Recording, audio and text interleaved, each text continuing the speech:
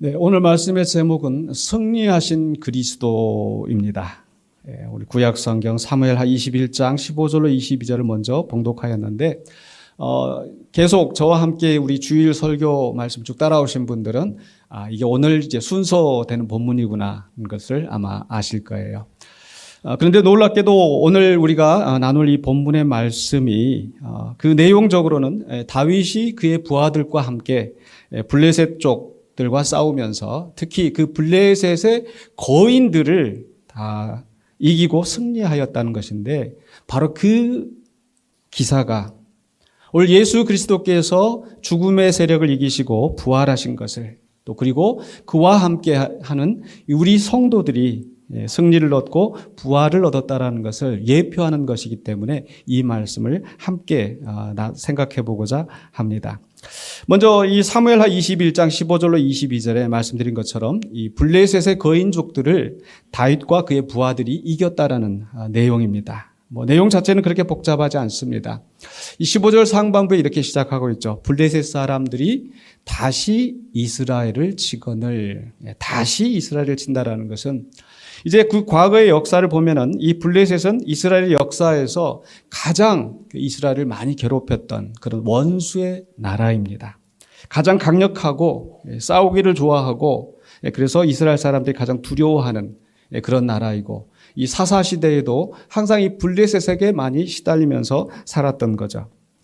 다윗 자신도 이 블레셋과 많은 이 전쟁을 겪었습니다. 특히 우리가 잘 알고 있는 다윗과 골리앗의 이야기, 바로 그 거인 골리앗이 이 블레셋 사람입니다. 근데 다윗이 소년이었을 때 그 골리앗을 이겼던 거죠.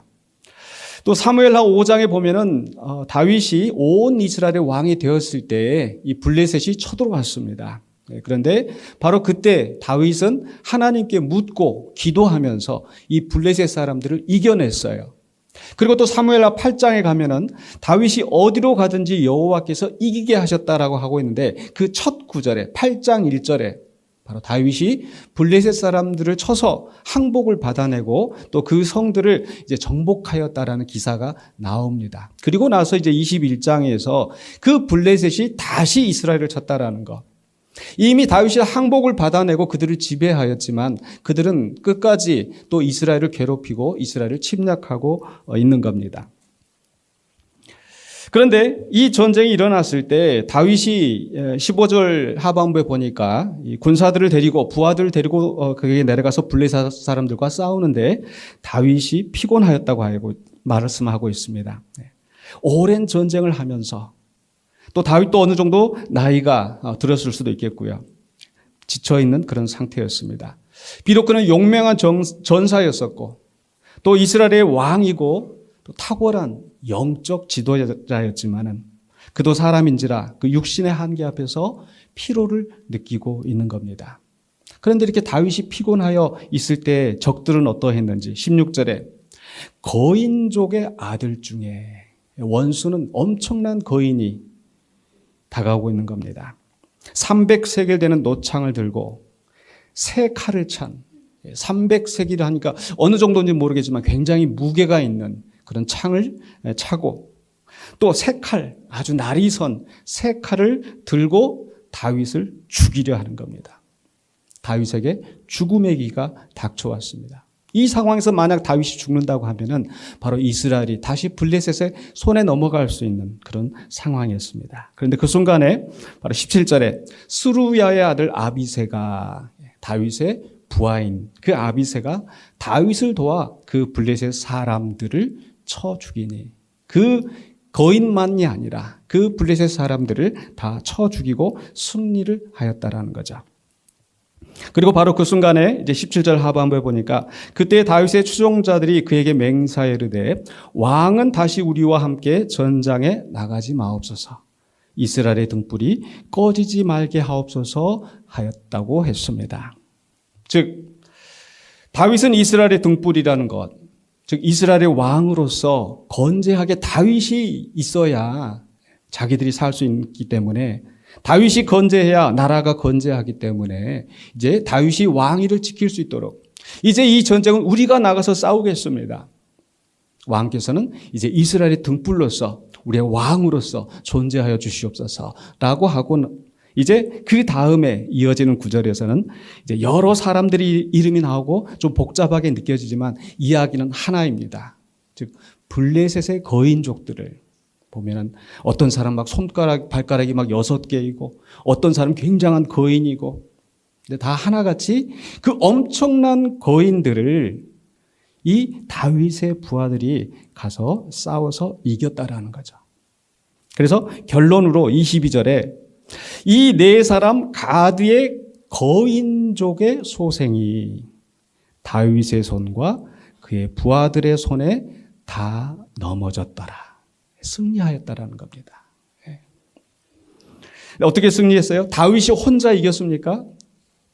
아니면 다윗이 없이 부하들만 이겼습니까? 오늘 말씀이 기록하고 있는 것은 다윗의 손과 그의 부하들의 손에 다 넘어졌다라는 거죠. 바로 이 말씀이 바로 예수님이 오시기 전에 1000년 전에 일어났던 이 사건이지만 바로 이것은 바로 예수 그리스도의 승리 또 예수 그리스도와 함께 그 영적인 싸움을 싸워나가는 성도들의 승리를 예표하고 있다는 거죠. 다윗과 그의 부하들이 싸운 블레셋의 거인들은 바로 이스라엘의 원수들이고 또 우리 성도들이 우리의 삶 속에서 맞닥뜨려야 할 엄청난 무서운 죽음의 세력들입니다. 악한 권세들입니다. 바로 이 권세들이 바로 블레셋처럼 우리를 위협하고 하나님의 나라를 위협하고 하나님을 대적하고 예수 그리스도를 대적하고 있는 것입니다.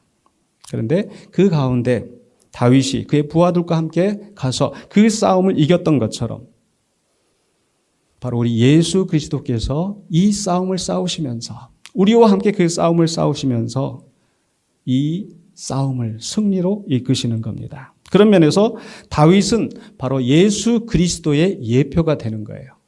그럼 다윗의 부하들은 누구를 예표하고 있을까요? 바로 우리들을 예표하고 있는 겁니다.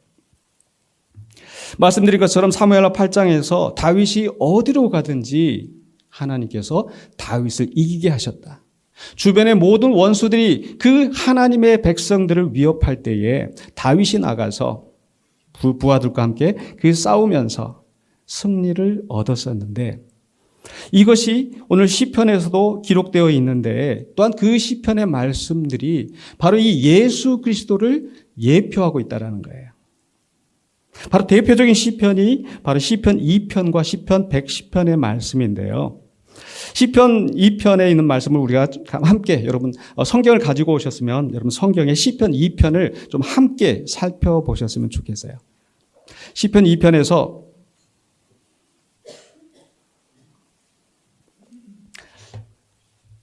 바로 이 다윗이 대적들을 정복하는 이 사건이 구약 성경에서 기름 부음 받은 자, 기름 부음 받은 자는 히브리 말로 메시아라.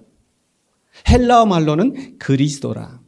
근데 이 구약 성경의 기름 부음 받은 자의 가장 이상적인 상태라는 거예요. 그래서 시편 2편에 보시면 1절로 3절에서 어찌하여 이방 나라들이 분노하며 민족들이 헛된 일을 꾸미는가? 세상의 군왕들이 나서며 관원들이 서로 꾀하여 세상의 권세를 가진 이들이 그 세상의 악한 권세가 음모를 하면서 대적합니다. 누구를 대적합니까? 여호와와 그의 기름 부음 받은 자를 대적하며 우리가 그들의 맨 것을 끊고 그의 결박을 벗어버리자 하는도다. 그래서 하나님과 하나님이 택하신 그 왕을 대적하여서 싸움을 걸고 있는 거예요. 바로 원수들이 하는 말입니다. 그런데 이 원수들에 대해서 4절로 6절에서는 하나님께서 말씀하시죠. 뭐라고 말씀하시는가요? 4절로 6절에서 하늘에 계신 이가 웃으시며 주께서 그들을 비웃으리로다. 하루 강아지가 범 무서운 줄 모른다고? 이 군왕들이 세상의 나라가 자기들이 가지고 있는 권력이 최고인 줄 알고 하나님을 대적하고 하나님의 기름 부으신 자를 하나님의 기름 부음 받은 자를 대적하는데 하나님께서 비웃으시는 거예요. 이 하루 강아지 범 무서운 줄 모르는 것들. 그때 분을 바라며 진노하사 그들을 놀라게 하여 이르시기를 내가 나의 왕을 내 거룩한 산 시온에 세웠다 하시리로다. 내가 나의 왕을 시온에 세웠어. 너희들 까불지 마. 그 나의 왕은 누구예요? 기름 부으신 자. 여호와의 기름 부음 받은 자가 하나님이 택하신 왕. 그 왕이 거기에 든든히 서 있다라는 거예요. 그러니까 까불지 말라는 겁니다. 시이다 보니까 자세한 내용은 나와 있지 않지만 그런 지금 흐름이 진행되고 있는 거예요. 근데 7절로 9절에 가면은 지금 이제 누가 이야기를 합니까? 앞에 1절부터 3절까지는 원수들이, 나라들이 우리가 여호와를 대적하고 그의 기름 부음 받은 자를 대적하자 라고 했다면은 두 번째는 하나님이 말씀하셨어요. 너희들 까불지 마. 내가 나의 왕을 세웠으니까. 근데 7절로 9절에서는 누가 지금 이야기하고 있습니까? 내가 여호와의 명령을 전하노라. 여호와께서 내게 이르시되 너는 내 아들이라. 오늘 내가 너를 낳았도다. 이게 누가 지금 하는 말 같아요? 여기서 나는 바로 하나님이 세우신 왕. 내가 나의 왕을 거룩한 산 시온에 세웠다라고 하는 그 왕이 지금 이야기하고 있는 거예요. 하나님이 내게 말씀하시기를 내가 오늘 너를 낳았다. 너는 내 아들이라 라고 한 그 말씀은 앞서 내가 나의 왕을 시온에 세웠다라고 하는 말씀과 같은 뜻입니다. 사무엘하 7장에서도 다윗에게 하나님께서 약속하시기를 다윗의 뒤를 이어서 왕이 되는 자는 나의 아들과 같이 될 것이라. 즉 이스라엘 가운데 세워진 다윗의 후손 이 왕들은 그냥 보통 사람들이 아니라 바로 하나님의 아들처럼 여기겠다라고 하신 그런 말씀입니다. 그런데 그 하나님께서 그 아들에게 내가 너를 나의 아들이라, 내가 너를 낳았다, 내가 너를 나의 왕으로 세웠다 라고 말씀하시면서 내게 구하라, 내가 이방 나라를 내 유업으로 주리니. 여기서 내게 구하라 해서 내게라고 하는 것은 바로 지금 하나님이 말씀하시는 거예요. 내게 구하라. 내가 이방 나라를 내 유업으로 주겠다. 즉 내가 이 기름 부음 받은 자가 이방 나라를 다 정복하게 할 것이다. 내 소유가 땅끝까지 이르리로다.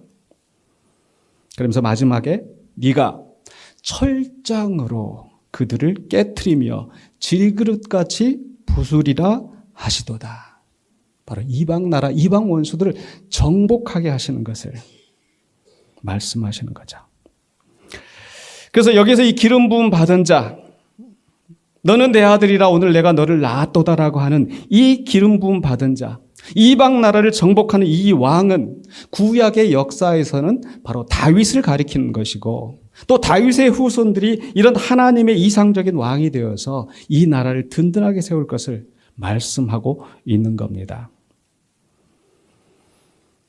그러나 궁극적으로는 바로 예수 그리스도에게서 이 예언이 성취되어지는 거죠. 그래서 이제 마지막에 10절로 12절에서는 이제 이 시편의 2편의 결론인데요. 이 결론에서는 다시 한번 이 말을 하고 있는 화자가 바뀝니다. 누가 얘기를 하고 있는가? 10절로 11절에 그런즉 군왕들아 너희는 지혜를 얻으며 세상의 재판관들아 너희는 교훈을 받을지어다. 여호와를 경외함으로 섬기고 떨며 즐거워할지어다. 제가 보기에는 이 시편 기자가 앞서 이게 쭉 말씀을 기록한 다음에 그러므로 너희는 지혜를 얻으라, 교훈을 얻으라. 그 지혜와 교훈이 무엇인가? 바로 그 결론이 2장 12절입니다. 그의 아들에게 입맞추라. 그의 아들에게 입맞추라. 여기서 그의 아들은 누구라고 그랬어요? 메시아, 기름 부음 받은 자. 그의 아들에게 입맞추라고 하는 것은 바로 그 아들에게 순종하라. 그 아들과 친하게 지내라.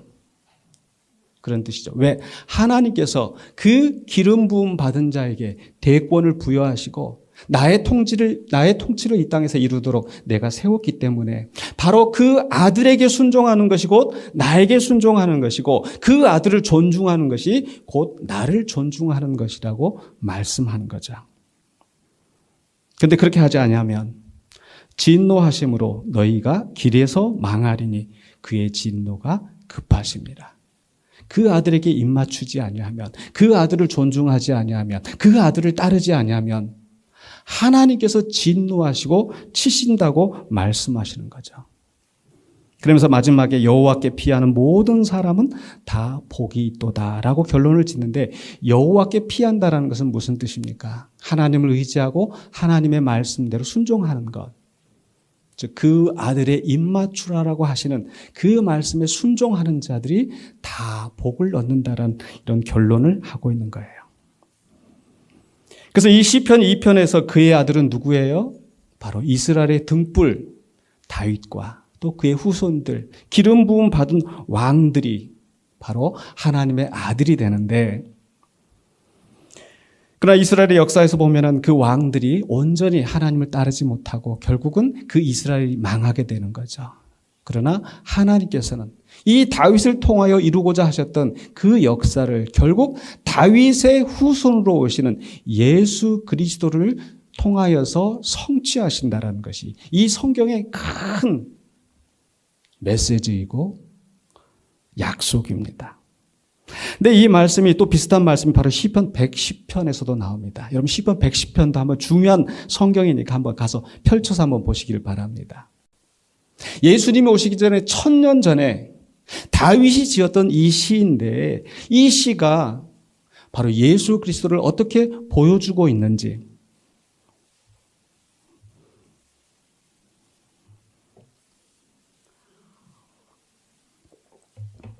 바로 이 시편 110편 다윗의 시라고 되어 있죠. 성경 위에가.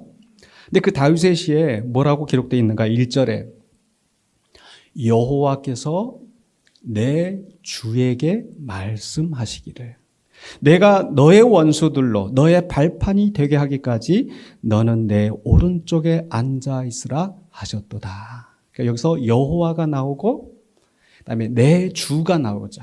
여호와는 우리가 누군지 아는데 여기서 내 주는 누구일까? 여기서 내 주가 누구이겠습니까? 바로 기름 부음 받은 자 메시아. 내 오른쪽에 앉아 있으라라고 하는 것은 무슨 말씀입니까? 너는 내 오른팔이야. 내가 너에게 힘을 부여하겠어. 바로 이 시편 2편에서 내가 나의 왕을 거룩한 산 시온에 세웠다라고 하신 말씀과 같은 뜻이에요. 근데 내 원수들로 내 발판이 되게 한다라는 것은, 원수들을 발판이 되게 한다는 것은 무슨 뜻이겠습니까? 바로 원수들을 정복하게 하신다라는 거죠. 근데 내가 너의 원수들을 정복하게 하기까지 내가 너에게 나의 대권을 부여하겠다. 너는 나의 왕이야. 내가 너에게 능력을 부여할 거야. 그리고 원수들을 정복하라는 말씀이 시적으로 표현된 거예요. 그런데 그 원수들만 있는, 그 왕만 있는 것이 아니고 바로 시편 110편의 3절에 보면 누가 나옵니까? 새벽 이슬 같은 청년들이 그에게 나옵니다. 여기서 이 새벽 이슬 같은 청년들이 바로 다윗의 부하, 다윗의 용감한 부하였다면, 바로 내 주 하나님의 오른편에 앉아있는 바로 그 메시아가 예수 그리스도라고 한다면 이 새벽 이슬 같은 주의 청년들은 누구를 가리키는 거겠어요? 바로 주님을 따르는 우리 성도들인 거예요. 여러분 새벽 이슬 같은 주의 청년들이 지금 여기 나와 있는 거예요. 믿습니까? 그런데 계속해서 5절로 6절에서 주의 오른쪽에 계신 주께서, 이게 주가 두 번 나오는데 주가 나오고 오른쪽에 계신 주가 나오죠. 좀 복잡한데 여기서 주는 누구겠어요? 앞에 주는 하나님이신 거예요. 오른쪽에 계시는 주는 누구예요? 예수님, 메시아. 주의 오른쪽에 계신 주께서 그의 노하시는 날에 왕들을 쳐서 깨트리실 것이라. 문 나라를 심판하여 시체로 가득하게 하시고 여러 나라의 머리를 쳐서 깨트리시며. 좀 잔인한 상상이 되어지는데 바로 이 말씀이 오늘 우리가 앞서 보았던 구약 성경의 그 블레셋의 거인족들, 이스라엘의 원수들을 다윗이 가서 쳐부수고 그들의 목을 베고 승리함으로써 그 나라를 평화롭게 지켰던 것처럼 바로 우리 주 예수 그리스도께서 이 세상의 모든 악한 권세들을 멸하시고 성도들을, 교회들을, 하나님의 나라를 든든하게 세우신다는 예언의 말씀인 겁니다. 믿습니까? 그래서 오늘 고린도전서 15장 24절에 오늘 봉독한 고린도전서 15장 24절에 뭐라고 말씀하고 있습니까? 그 후에는 마지막이니 그가 모든 통치와 모든 권세와 능력을 어떻게 해요? 멸하시고 나라를 아버지 하나님께 바칠 때라. 나라를 하나님 아버지께 바친다라는 것은 하나님이 우리의 궁극적인 왕이 되시고 하나님의 나라가 하나님의 통치가 이 땅에 완성되게 하신다라는 거예요. 그것은 아직 미래의 사건으로 남아 있어요. 그런데 그 미래, 그 완성된 그 하나님의 나라가 이루어지기 전까지 바로 우리의 주 예수 그리스도께서 모든 통치와 모든 권세와 모든 능력을 멸하신다라는 거예요. 그 싸움은 지금도 계속되고 있습니다. 그런데 여기서 우리가 분명하게 알아야 될 것은 바로 이 예수님이 멸하시는 세상의 악한 권세는 어떤 것을 가리키겠습니까? 트럼프 정부일까요? 예수님의 나라는 예수님께서 그 십자가 죽음을 감당하시기 전에 본디오 빌라도의 법정에서 재판을 받으실 때 내 나라는 이 땅에 속한 것이 아니라 사람들이 예수님을 고발하면서 로마의 정부에 지금 반란을 일으키는 사람이다라고 하지만 예수님은 내 나라는 로마를 뒤엎고 세상에서 정권을 세우는 것이 아니라고 말씀하신 거예요. 예수님이 멸하시는 통치는, 예수님이 멸하시는 악한 권세는 바로 죄와 사망의 권세이고 공중 권세 잡은 자, 마귀를 멸하시는 겁니다. 믿습니까?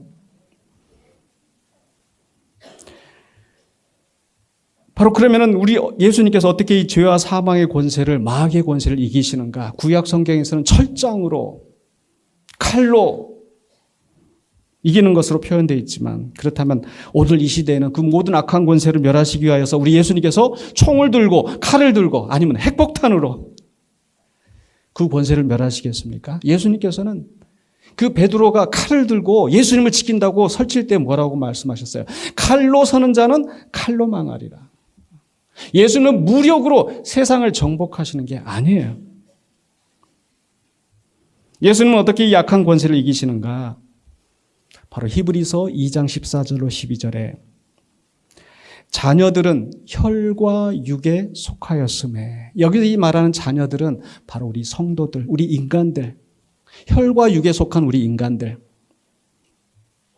그도 또한 같은 모양으로 혈과 육을 함께 지니심은, 이것은 바로 우리 예수님께서 우리 사람과 같이 육신을 입고 사람이 되셨다는 뜻이에요. 그렇게 사람의 몸을 입고 사람이 되신 성육신하신 그 예수님이 어떻게 하셨습니까? 같이 한번 그 다음에 중간 구절만 한번 읽어볼까요? 죽음을 통하여 죽음의 세력을 잡은 자 곧 마귀를 멸하시며, 죽음의 세력을 잡은 자가 마귀인데 그 마귀를 어떻게 멸하셨다고요? 칼을 들고 창을 들고 가서 멸하시는 것이 아니라 죽음으로, 십자가에서 죽으심으로, 아멘, 죽음으로 그 마귀를 멸하신 거예요. 사망의 권세를 깨뜨리신 거예요. 죄의 권세를 깨뜨리시고, 그리고 그 결과 어떻게 됐어요? 또 죽기를 무서워함으로 한평생 매여 종노릇하는 모든 자들을, 죽기를 무서워하면서 죽음에 매여서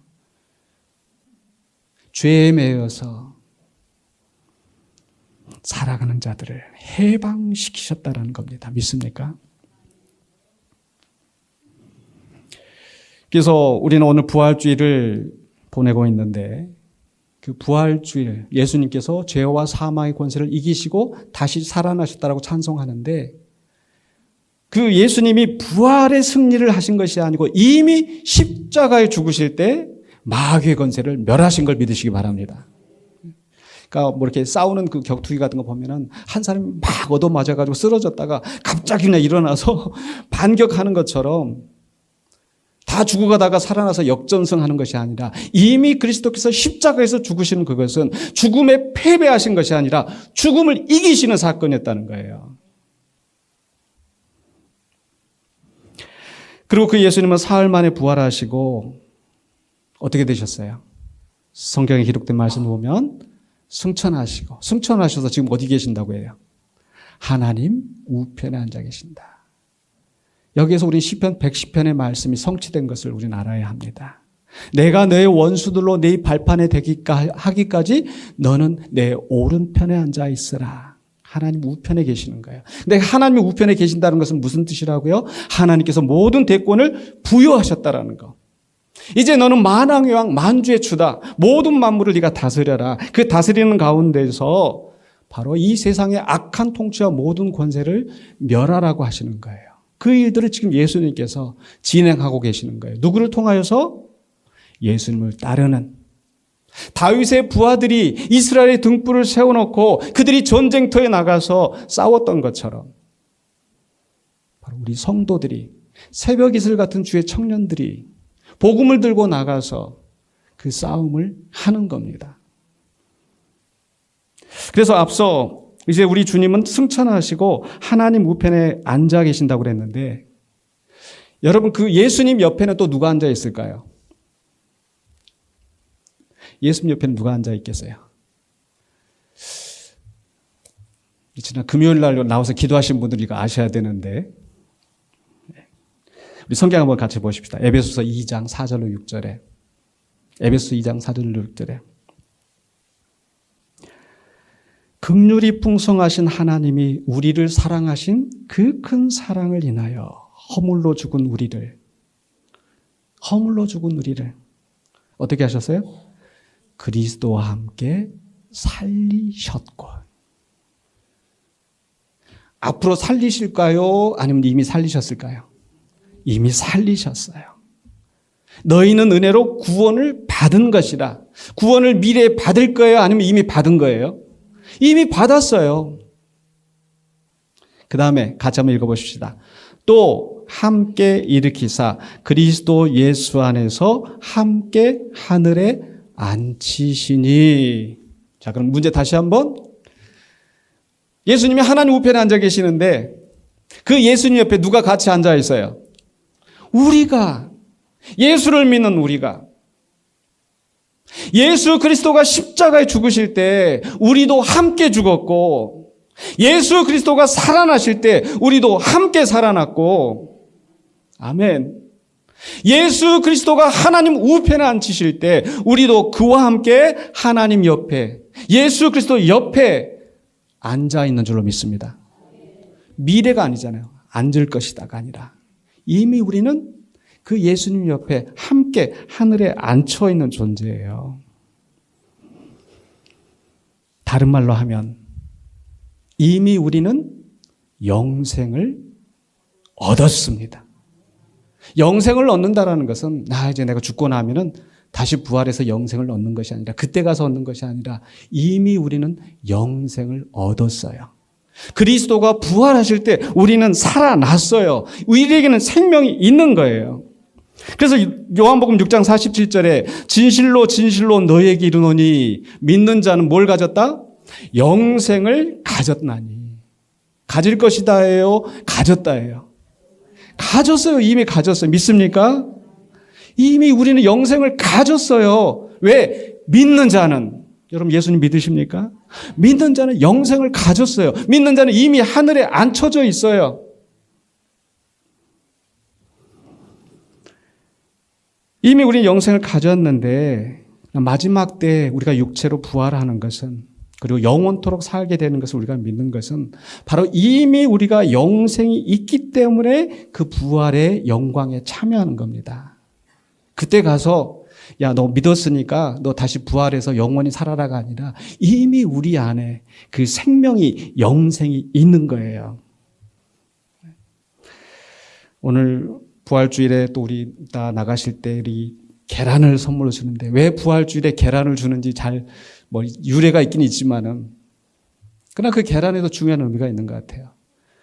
여러분 계란이 두 종류가 있는 거 아시죠? 두 종류는 어떤 계란은 암탉이 품어서 병아리로 부활하는 게 있고 어떤 계란은 아무리 품어도 부화하지 않고 썩어버리는 계란이 있어요. 무슨 차이일까요? 무정란과 유정란. 생명의 씨가 있는 계란은 암탉이 품었을 때 병아리로 부화하는 것처럼 우리에게 영생이 있느냐 없느냐에 따라서 마지막 때 부활하느냐 부활하지 않느냐 그게 달라지는 겁니다. 그래서 이미 우리는 영생을 가졌습니다. 예수님께서 이렇게 말씀하셨어요. 6장 53절 54절에 그 뒤에 이어서 예수께서 이르시되 내가 진실로 진실로 너에게 이르노니 인자의 살을 먹지 아니하고 인자의 피를 마시지 아니하면 너희 속에 생명이 없느니라. 내 살을 먹고 내 피를 마시는 자는 같이 읽으십시다. 영생을 가졌고 마지막 날에 내가 그를 다시 살리리니. 믿는 자는 영생을 가졌고 그럼 내 살을 먹고 내 피를 마시는 자는 영생을 가졌고인데 그럼 내 살을 먹고 내 피를 마시는다는 것은 무슨 뜻이겠어요? 내 살을 먹고 내 피를 마신다. 여러분 예수님 살을 먹고 여러분 예수님 피를 마시셨어요? 어떻게 마시셨어요? 자, 이게 수학 문제입니다. 내 살을 먹고 내 피를 마시는 자는 영생을 가졌고는 밑줄. 영생을 가졌고 그러면 여기 이 밑줄하고 내 피를 마시고 내 살을 먹는 자하고 같은 거잖아요. 그게 뭐예요? 수학 문제라 너무 어렵게 생각하시는 거예요. 쉬워요. 예수님을 믿는 자는 예수님을 믿는 자는 영생을 가졌고 예수님의 살을 먹고 예수님의 피를 마시는 자는 영생을 가졌고 그러니까 예수님의 피를 마시고 예수님의 살을 먹는다라는 것은 예수님을 믿는다는 뜻이에요. 다시 한번 물어볼게요. 여러분 예수님의 살을 먹고 예수님의 피를 마셨습니까? 아멘. 우리가 지난주일날 성찬식을 했는데 그 성찬식을 하는 것은 내가 예수님을 믿고 영생을 가졌다라는 것을 다시 한번 확인하는 거예요. 내가 예수님과 연합했다라는 것을 확인하는 거예요. 예수님과 연합했기 때문에 예수님이 십자가에 못 박혀 죽으실 때 우리도 함께 죽은 것이고 예수님이 무덤을 열고 살아나셨을 때 우리도 살아난 줄로 믿으시기 바랍니다. 예수님이 하늘에 오르사 하나님 우편에 앉으실 때 우리도 함께 앉으신 것을 믿으시기 바랍니다. 오늘 제가 일부러 휴대폰을 제가 가지고 나왔어요. 급한 전화가 있어서 가지고 나온 게 아니고 이 설명을 하려고요. 제가 이 휴대폰을 항상 가지고 다녀요. 휴대폰을 가지고 다니면서 급한 일 있으면 연락도 하고 제 거거든요. 제가 비행기를 타고 이제 해외 나가면 얘도 지도 해외역을 하더라고요. 무슨 얘기인지 아시겠어요? 이게 내 것이기 때문에 내가 항상 소유하고 나와 함께 그 경험을 공유하는 것처럼 우리가 예수님을 믿는 그 순간에 우리 예수님이 나의 주, 나의 왕이 되시고 그때부터 나는 예수님의 것이 되어서 예수님이 죽으실 때 내가 죽고 예수님이 살아나실 때 내가 살고 예수님께서 부활의 영광 가운데 다시 오실 때 우리도 영원한 부활의 영광을 입게 되는 줄로 믿습니다. 우리는 분명히 예수님과 함께 하늘에 앉힌 하늘의 백성입니다. 그런데 우리는 이 육신으로 여전히 이 세상에 있습니다. 왜 이 세상에 있을까요? 바로 우리에게는 사명이 있기 때문에. 하나님께서 예수님을 이 땅에 보내신 것처럼 예수님께서도 그 제자들을 세상에 보내신다고 하셨는데 바로 우리는 이 땅에서 그리스도께서 우리에게 맡기신 그 싸움을 싸우기 위하여서 우리는 이 땅에 남아있는 거예요. 그 사명이 무엇이겠습니까? 바로 예수께서 우리를 위하여 죽으시고 사흘 만에 살아나셨다는 것은 너희는 땅 끝까지 이르러 내 증인이 되라. 바로 땅끝까지 우리가 그리스도의 복음을 증거할 때 바로 예수님께서 이기신 그 죽음의 세력이 망하게 되고 생명의 능력이 역사하는 줄로 믿습니다. 바로 우리가 허물과 죄로 죽었었지만 예수를 믿고 구원을 얻었던 것처럼 바로 주님을 알지 못하고 여전히 죽음 가운데서 죄와 사망의 권세 아래 있는 자들을 해방시키기 위하여서 주님께서 우리를 이 땅에 살게 하시는 거예요. 믿습니까? 그래서 우리가 땅끝까지 이르러 복음을 증거할 때 무슨 역사가 일어나는가? 바로 고린도전서 15장 22절 오늘 봉독한 말씀 같이 한번 읽어보십시다. 아담 안에서 모든 사람이 죽은 것 같이 그리스도 안에서 모든 사람이 삶을 얻으리라. 아담과 하와가 하나님의 말씀에 불순종하여서 선악을 알게 하는 그 나무의 열매를 먹는 순간에 정령 죽으리라. 이미 우리는 그때부터 모든 인류가 죽음의 저주 아래 놓이게 되었는데 예수 그리스도의 순종하심으로 말미암아서 죽기까지 순종하신 그 예수님으로 말미암아 죄와 사망의 권세를 이기시고 승리하신 겁니다. 바로 그 예수님의 승리가 우리의 승리로 된 줄로 믿습니다. 예수님의 부활이 우리의 부활이고 예수님이 하나님의 우편에 앉히신 것이 곧 우리가 하나님 옆에 하나님과 함께 하늘의 백성으로 서게 되는 역사인 줄로 믿습니다. 바로 그날이 이를 때까지 아직 마지막의 승리는 이르지 않았어요. 마지막 승리는 언제? 바로 고린도전서 오늘 봉독한 말씀 15장 25절 26절에 그가 모든 원수를 그 발 아래에 둘 때까지 반드시 왕노릇 하시리니. 그 싸움은 계속되고 있어요. 근데 모든 원수를 발 아래에 두시는데 가장 마지막에 멸망받을 원수는 사망이니라. 요한계시록 20장에서 그 사망까지 마귀와 사망과 모든 것을 다 유황불에 쳐놓고 요한계시록 21장에서 새하늘과 새 땅, 새 예루살렘에서 우리는 주님과 함께 영원한 생명을 누리면서 살게 되는 줄로 믿습니다. 그때까지 우리는 뭐 해야 됩니까? 그리스도가 만왕의 만주에 주신 것처럼 우리는 그리스도와 함께 무슨 노릇하는 사람들이에요? 왕 노릇하는 사람들이에요. 따라서 합시다. 나는 왕이다. 우리 왕이에요, 왕. 근데 그 왕은 어떤 왕이냐? 가만히 있어가지고 너 이거 해, 너 저거 해가 아니라 그리스도께서 만왕의 만주의 주로서 모든 악한 세력을 다 물리치시는 것처럼 우리도 그리스도의 군사가 되어서 새벽 이슬 같은 주의 청년들이 되어서 죽음의 세력과 싸워야 합니다.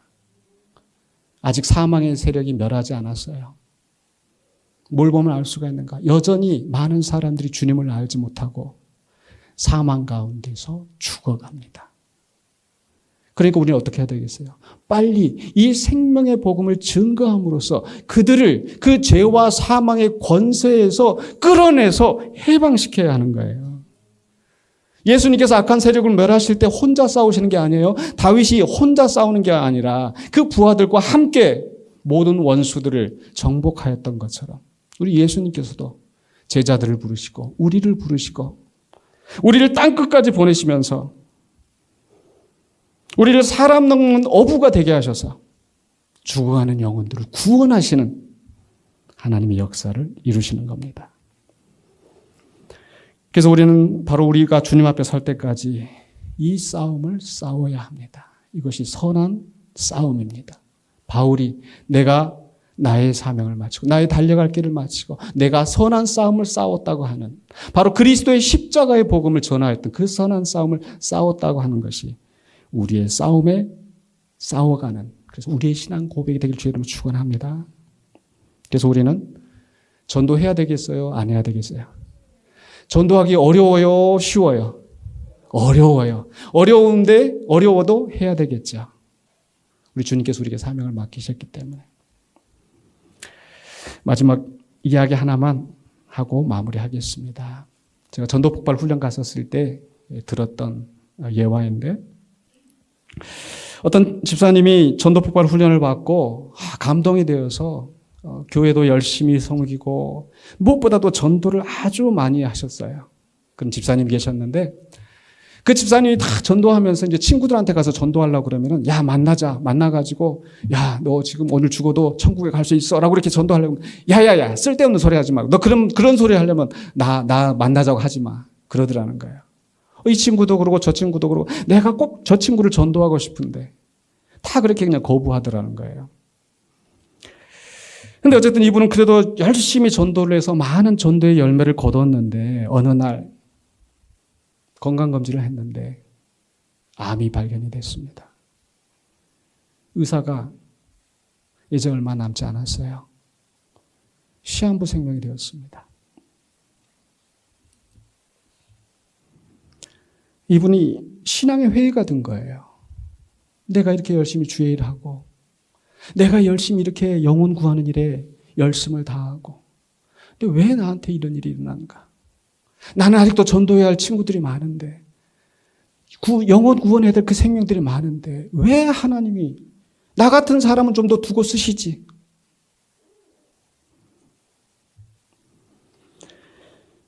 그런 회의가 들었는데 근데 놀라운 것은 그가 암에 걸려서 이제 시한부의 생명을 앓고 있다는 그 소식을 친구들이 들었어요. 근데 그 친구들이 어떻게 됐을까요? 이 사람을 찾아오는 거예요. 이야기를 들어주는 거예요. 그러니까 이 사람이 어떻게 했겠어요? 이 집사님이 너 오늘 죽어도 천국에 갈 수 있어? 전도를 하기 시작했어요. 근데 그 죽음을 앞두고 시한부 생명 그분이 간절하게 그 복음을 증거하는데 놀랍게도 이 친구들이 돌아오기 시작하더라는 거예요. 이 집사님 어떻게 되셨겠어요? 1년이 지나도 여전히 전도하고 계시는 거예요. 2년이 지났는데 어떻게 되셨을 것 같아요? 돌아가셨어요. 그런데 여러분 이분이 암에 걸려서 죽음에 삼키워졌을까요? 아니면 죽음을 이기고 승리하셨을까요? 승리한 거예요.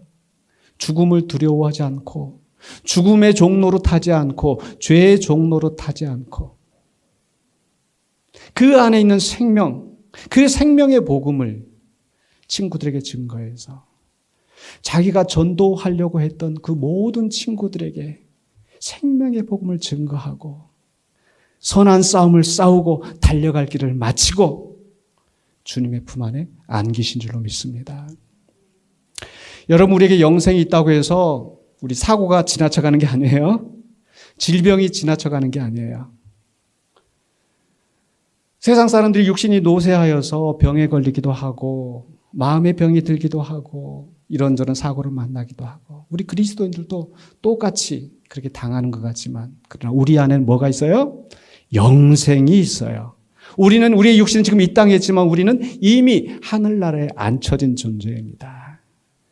그러니까 죽음을 우리가 두려워할 필요가 없습니다. 내가 이런 끔찍한 병에 걸렸다고 원망할 필요가 없어요. 왜?